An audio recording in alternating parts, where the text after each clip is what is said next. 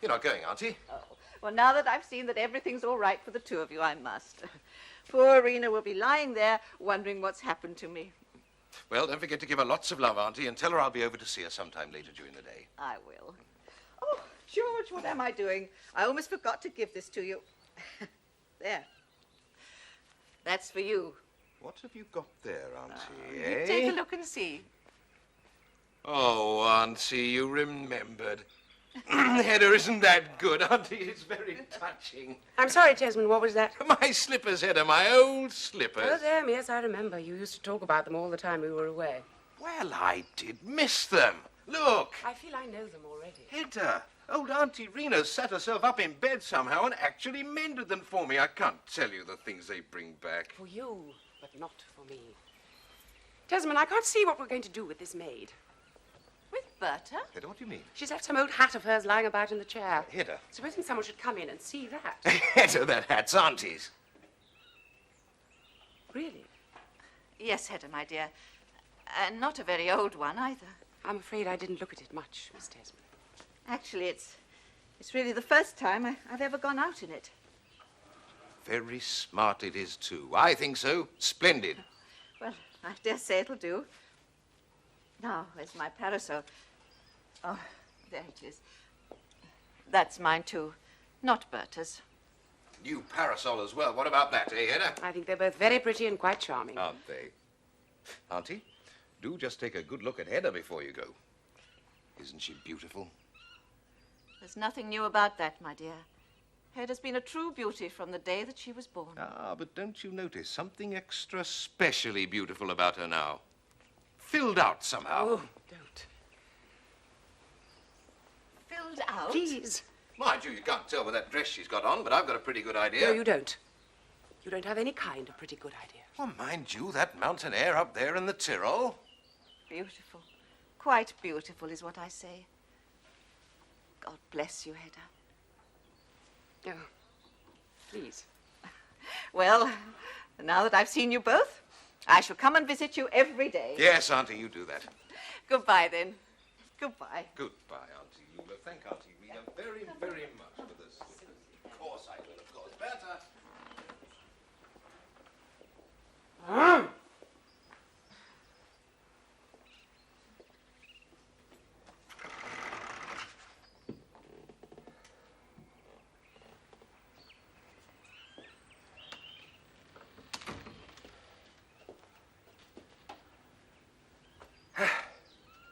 What's that you're looking at then, Hedda? Just the leaves. They're starting to wither. Ah. Yes, well, we must be well into September by now. Yes. Well into September. Do you think she was upset by the hat business? Oh, I can't think so. Maybe a little at first. I think it's a little strange, throwing one's hat around in someone else's drawing room. Do people do that sort of thing? I'm sure Auntie Lula doesn't usually. Oh, well, I'll make it up to her somehow. Hedda, would you? When you go there later, you can invite her over this evening. Yes. Yes, I will. Hedda, there's just one more thing, if you could manage it. Yes? Well, only if you could see your way through to calling her Auntie Lula once in a while. I'm For my sorry. sake. You simply can't ask me to do that, I've told you. I might manage Aunt from time to time, but that's about as far as it goes. Yes, well, that'll be fine then. I just thought, you know, what with being one of us now. Oh, I just don't know. Excuse me, madam. The young lady's here again. The one that brought the flowers Mrs. earlier. Elfstead, is she? Then ask her to come in.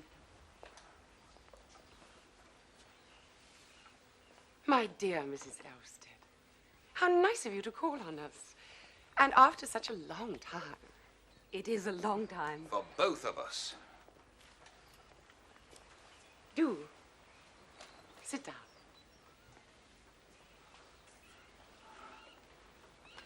Thank you for your beautiful flowers. I meant to bring them yesterday afternoon, but they told me you still hadn't got back. Oh, you've only just got here then, eh? I got here at lunchtime yesterday. Ah. There's nothing the matter, I hope. Is there? Yes, there is. And there's no one here excepting you I can turn to. Has something happened? I do want to be certain you don't misunderstand. Best out with it, Mrs. Elfstead. I'd better tell you now. Eilert Lovborg is here as well. Lovborg? He's here. You hear that, Hedda? I hear very well, thank you. He's been here for a whole week. Think of it. In a place like this, all on his own, and surrounded by the dregs, you can be sure. My dear Mrs. Elstead, what has all this got to do with you? He's been the children's tutor. Yours? They're my husband's children. I don't have any. Ah, stepchildren. I don't quite know how to put this, but with Eilert's way of life, I mean, could you depend upon him to be put in charge of care of children? For 2 years past, there's been nothing, believe me, not in any way at all. Really? I say, what about that, Hedda? I'm listening. But now he's here, in a big town like this, and with so much money on him. I'm just afraid for him, that's all. Well, why didn't he stay up north with you and your husband?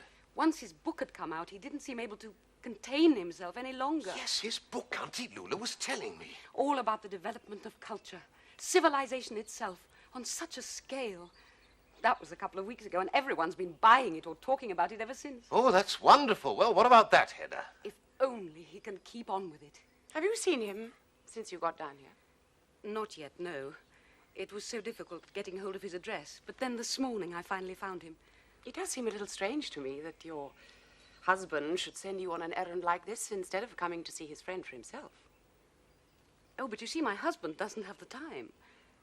Besides, there was some shopping I simply had to get done. Oh, and that's different, isn't it? Mr. Tesman, I've come to ask you, please be kind to Lovborg if he should call on you. And I know he will. From what little I know about it, you're both more or less engaged in the same field of work. Oh, I shall be only too pleased to, Mrs. Riesing. Elstead. Whatever it's possible for me to do for Eilert Lovborg, I shall do. Rely on it. Oh, thank you. I can't thank you enough.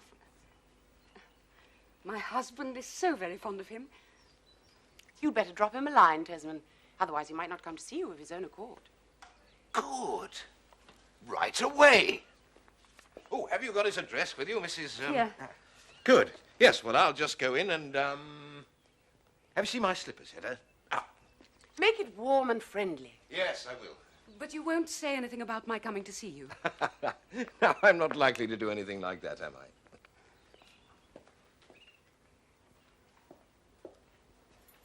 There now. That's 2 birds we've killed with 1 stone. How do you mean? Well, didn't you notice I wanted to get him out of the room? So that he could get the letter off. And so that I could talk to you. On your own. About this? Precisely. About all this. It's not something that I want to discuss. Oh, but surely with me you can, my dear. After all, we did go to school together. Yes. But then you were always at least 1 form ahead of me. I don't think you even knew how frightened of you I was then. Whenever I passed you on the stairs, you used to pull my hair. No, did I really? Yes. And once you said you'd like to put a match to it and burn the whole lot off. Oh, that was just a joke. And since then we've, well, drifted apart completely. Different sorts of life, different friends. Then we must try drifting back together again. Listen, when we were at school, we called each other by our Christian names, didn't we? You were quite wrong there. We never did. But I'm sure we did. I remember it all quite clearly. Let's confide in one another again, just like the old days. Yes? Now then, friends? And you must call me Hedda. Oh, you're being so kind. I'm not used to it. There now, there. And I shall call you Thor again. My name is Thea. Thea, of course I meant Thea. So, you're not accustomed to people being friendly, Thea? Not even at home? Home.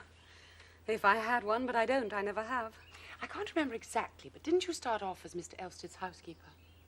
Actually, it was to have been governor's, but his wife, his then wife, I mean, was ill and more or less confined to bed the whole time, so I found myself taking on the house as well. So you became, in fact, the mistress of the house? That's how it turned out.